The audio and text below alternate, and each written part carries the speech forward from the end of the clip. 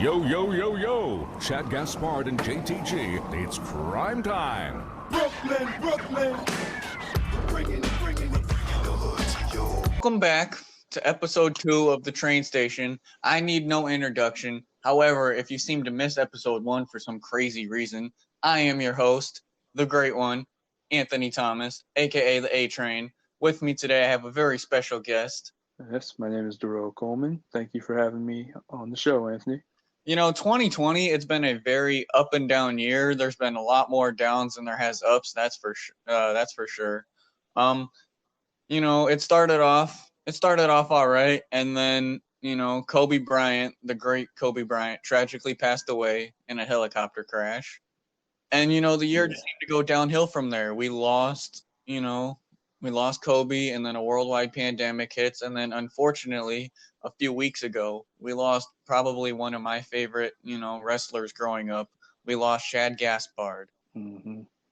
He tragically passed away when he was out in the ocean swimming, and the tide was rising, and, you know, when the lifeguard came to help, he told them to take his son instead of him. And so the lifeguard saved his son, and then unfortunately he was not found until days later when he washed up on shore, dead.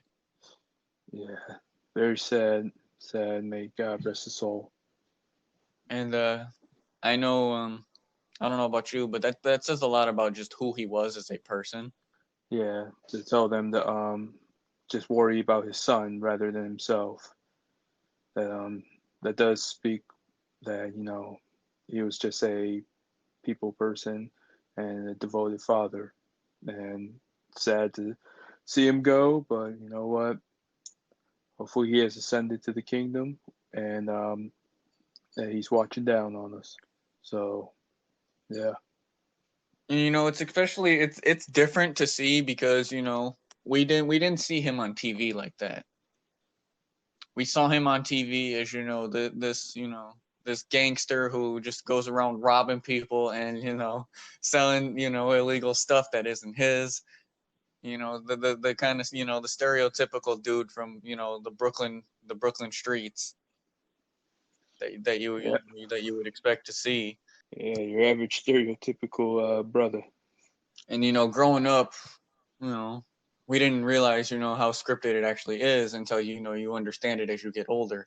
So as a little kid, you think, oh my God, this is actually how they are. Like, why are these, you know, these two ghetto dudes on my TV stealing things? Yeah, but let me tell you, they were funny. Yeah, they were hilarious, and I loved them growing up, but I really didn't understand who they were until I looked back at them as I got older, and I realized that they were there more for, you know, comedy than they were, you know, they were there more for entertainment and comedy than anything else. Yeah, that was just, oh my God, they had so many funny skits that I can't even think of. And for those that might be a little confused on what we're talking about right now, Shad Gaspard was one half of the WWE Tag Team Crime Time with his partner JTG. They were in WWE from 2007 to about 2009, so they had a short little 3-year stint there. And they were comedic, they were comedy. They were even introduced to the fans in a comedic way. They were introduced to the fans doing these little skits where they were in the streets, you know, beating people up, stealing cars, robbing banks. You know, that's how they were introduced to us before they even had their first match. And I don't know about you, but I've always loved that type of gimmick where, like, you know, it's like the ghetto gangster type gimmick. I've always grown up to love those gimmicks. I know in the wrestling games, I always kind of base my character off of that, you know, kind of the JTG, Shad kind of, you know, swagger.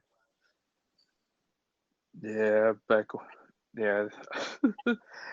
They were swagged out. They were hilarious.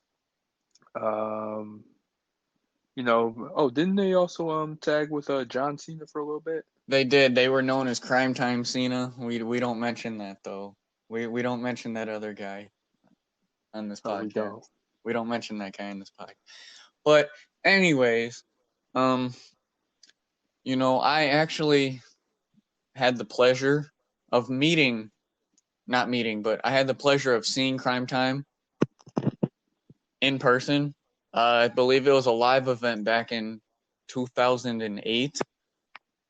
And it was on a Heatwave tour right before SummerSlam, where they always do those road trips in between. Mm-hmm. And so they happened to come to Detroit. I believe it was the Joe Louis. I could be wrong, but I believe it was when the Joe Louis was still around. And they weren't advertised. Guys like Kane were advertised. You know, Kane, Shawn Michaels, Triple H. All those guys were advertised. Crime Time was not advertised. So, you know, when they were advertised, I popped because they are my favorite tag team of all time. The Usos come in a close second, but the Crime Time is my favorite tag team of all time. So when they arrived, and you know, I heard the yo yo yo yo, Shad Gaspard and JTG, it's Crime Time. I literally lost it. It was such a great experience of actually, they're just as funny in person as they are on TV. Oh, I bet they're way funnier in person, like 10 times. And then, you know, on the live event when I was there, they did their shtick, you know, which is the money. Yeah, yeah. So you would have Shad and JTG go money, and then we'd go yeah, yeah. And so, you know, it was such a great time. And you know, I'm so grateful and thankful that I actually had the opportunity to actually see them live. Yeah, you're lucky. I never got to. And they had a lot of great moments in WWE in just a short period of time. What were some of your favorite moments of theirs? Well, let me see. Some of my favorite moments were a couple skits. The one time where they teamed up with the man we're not going to talk about on this podcast, and they trashed JBL's limo. That's probably got to be up there, top favorite moments. Second favorite was when they were going through Vince McMahon's trash when he had faked his death, and they were pretending to sell it, and then I guess they got questioned by some police. So yeah, their skits were really funny. Yeah. What about you? Yeah, so some of my favorite moments, probably my all-time favorite moment is I still watch it back to this day, is when they were in the retirement home singing Christmas carols to the old people. And it started off by singing Silent Night. You're like, okay, they're going to sing Silent Night. And so they were like, Silent Night, Holy Night. But then it all changed. They're like, we be robbing all the whites. And it was so funny because you didn't expect it. And then, you know, they keep singing, and then they're like, pimps up, hose down. Yeah, pimps up, hose down. And then they're looking around the retirement home like, what, y'all didn't like that? Oh man. And so, you know, it was just so unexpected. I would never have expected them to be in the retirement home. Oh, they were just so unpredictable. And then, you know, that's what made them great. The funny thing about that segment is that's not even the best part. The best part was when they were leaving the retirement home and they had one of the old ladies, and one of the old dudes is like, hey, you got to get back inside. We don't allow these people around. And she goes, don't talk about my homeboys like that. I remember that. Your ass, biatch. And I was like, whoa. Like, you know, I didn't expect that. But, you know, it was like, you know, excuse my language there, but, you know, that was the segment. It was like, holy crap, I did not expect that. And so, you know, I think that was the best segment that they ever had. That was my personal favorite. Oh man, yeah, that's up there. That is, you know, it experienced so much, you know, typical, you know, stereotypical. It was literally borderline racist. Especially Absolutely. as they're leaving, and the guy goes, "We don't allow those people around here. It's because, you know, they're ghetto and they're black." So, you know, they played a very stereotypical, controversial character, but I think that's why they were so great to me, is because they took the controversy and they took it and they turned it into a comedic act. Yeah, they took it and You know, it's what paid the bills. You know, but I remember this one wrestler had he had expressed his disgust with Crime Time, calling them a offensive and harmful for the black community. But they had a lot of controversy because they were being depicted as like, yeah, being disrespectful towards the African American community. But in reality, that was just their characters. I mean, that's how the stories were written. But Yeah. what did I was gonna say I have another favorite moment of theirs where they're backstage at Friday Night SmackDown, right? right? And a tag team that probably everybody forgot about. It was they jumped in Deuce and Domino's car, which was left backstage. And what made this segment so funny was Shad was the serious one and JTG wasn't. So Shad's like, hey, yo Jay, 400 for the rims, 300 for the wheels, you know, the mirrors, $200. And Jay's like, nah. How about we get some girls, no hood, and we get it popping? And Shad's like, nah, look, 400, 300, 200. JTG's like, nah, big booty girls, let's get it. Big booty girls, let's get it. And, it's like, whose side do you take? You take the money or you take the girls, And so it was so funny because then to get Jay back in the mindset, all you had to say was money. And, his mind snapped to, yeah. Oh man, I remember that. Those were the good old days. What was that back in 2007? 2007, 2008. Yeah, it was in their stint, when they were in there. I will say, I don't know about you, but I'm very, very upset they never got a run with the tag team championships. Yeah, it's appalling. I mean, they were good. It was one of those things where they were so hot and they were so popular and they were so over that the right thing to do was to give them the title, and then they never got them. Yeah, it was like a spit in the face. I mean, here it is. You know, they had that feud with Deuce and Domino, and they were the tag champs at that one point. Yep, and then they finally got their chance at SummerSlam, and then Chris Jericho and Big Show take over their moment. Yeah, and then they I don't also agree. had I don't agree with the script, but I'm not a writer, so yeah, I remember that back in 2009, and they had an opportunity back in '08 against Legacy, and then they ended up losing that as well. yeah, I would say it was a giant missed opportunity to not give them a run with the tag team championships. But at the same time, their thing wasn't really built to be champions. As fans, that's what we wanted to see, but if you really look back and reflect and think about it, that's not what they were built for. They were built for comedy and they were built for entertainment. They weren't built to actually be champions. Yes.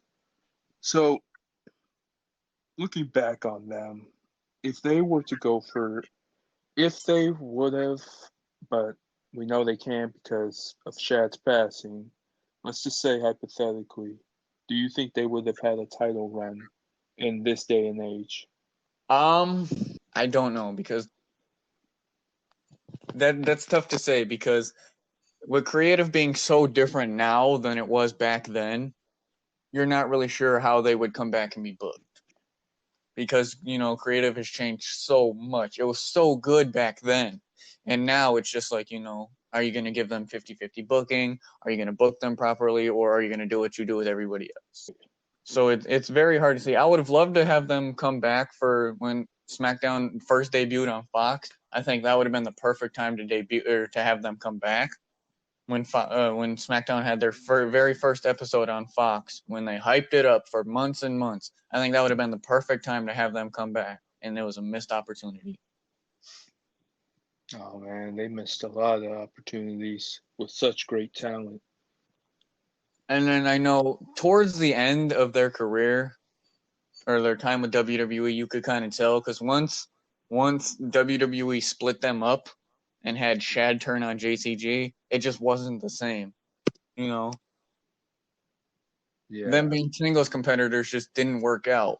You don't have Shad without JTG, and you don't have JTG without Shad. So breaking them up, once they broke up, you kind of realized, okay, these guys are leaving. Like separate wrestlers, They're okay, but together they're better. And because that's just kind of how the way they were. You know, Shad was a bigger guy than JTG. Shad's like 6'4", you know, like 270 pounds. JTG's just a normal guy. So when they're on the same team, you know, you kind of have JTG go in there, do his thing, and then you have Shad go in there and do mop up duty. And then they finish it and then win. They were I would say they were decent in the ring, but 100% for sure they're not known for their in-ring stuff. It's always for what they did outside of the ring, backstage, and all that. Yeah, and that's kind of what disappointed me too as well. It's about, you know, they were so good in the ring, but they got overshadowed by their out ring fiascos, which by the way are hilarious. But WWE, they didn't use them properly. They could have had a good maybe 2 or 3 title run. Yes, but I mean, if you think about it, you know, that's what made them great in their own way, and that's why I think like I mentioned, I think I connected with them so well, and that's why they were one of my favorites, is because they were entertaining, and ultimately that's what we're watching for, is to be entertained. Right. So I mean, looking back on it, I mean, why they should have just given them at least one title run, give them a shot, but they didn't. Yeah, and that goes back to like how I mentioned, like they didn't really need them. It was more of just a desire from us fans that wanted it, but they didn't really need them. They stayed relevant without them. Right. And but it doesn't really matter what he did in the ring or, you know, backstage. He's always going to be remembered for what he did before he passed away. Right. And that was saving his son and choosing his son's life over his own. And to many people, that's a true hero act. It absolutely is. Because it doesn't really matter what he did in WWE. As much as we look back, we reflect on it, and we enjoy it. That's not really what made him who he is. You know, he's really going to be known and remembered for saving his son's life. And so, you know, it's very sickening that 2020, it had to be in 2020 with everything else going on. And, you know, it's painful that, you know, we lost 2 greats in the same year. Yeah, it's a tough pill to swallow. I'll definitely tell you that. And you know, we're feeling it as fans. I could only imagine what JTG's feeling, being as close to him as he was, because even after they left WWE, you know, they went on and they did some independent stuff. They did so much together. They were basically brothers. So I can only imagine what he's feeling right now. Oh man, I don't even want to think about it. And you know, that's just kind of how they were. They became so close in WWE that they grew a friendship out of it. And it was almost weird not seeing them together, you know. Yeah, when they took that when they broke them up, I was just like, oh, this don't feel right. And then, you know, when they say, you know, former WWE superstar Shad Gaspard missing, you're like, oh my God, is JTG okay too? Or is he with him? Is he okay too? You know, you're thinking of them as two because they were so close. And it's just like, oh my God, I hope Shad's okay, but I also hope JTG's okay, and I hope JTG wasn't with him. And, you know, it was just a scary situation and a very, very unfortunate one. It was tragic, very tragic. And yeah, so may his soul rest in peace, Shad. Our condolences go out to your family. JTG, we're with you through this tough time, man. You really are. Thank you for doing this with me, and everybody, I will catch you on episode 3 of The Train Station.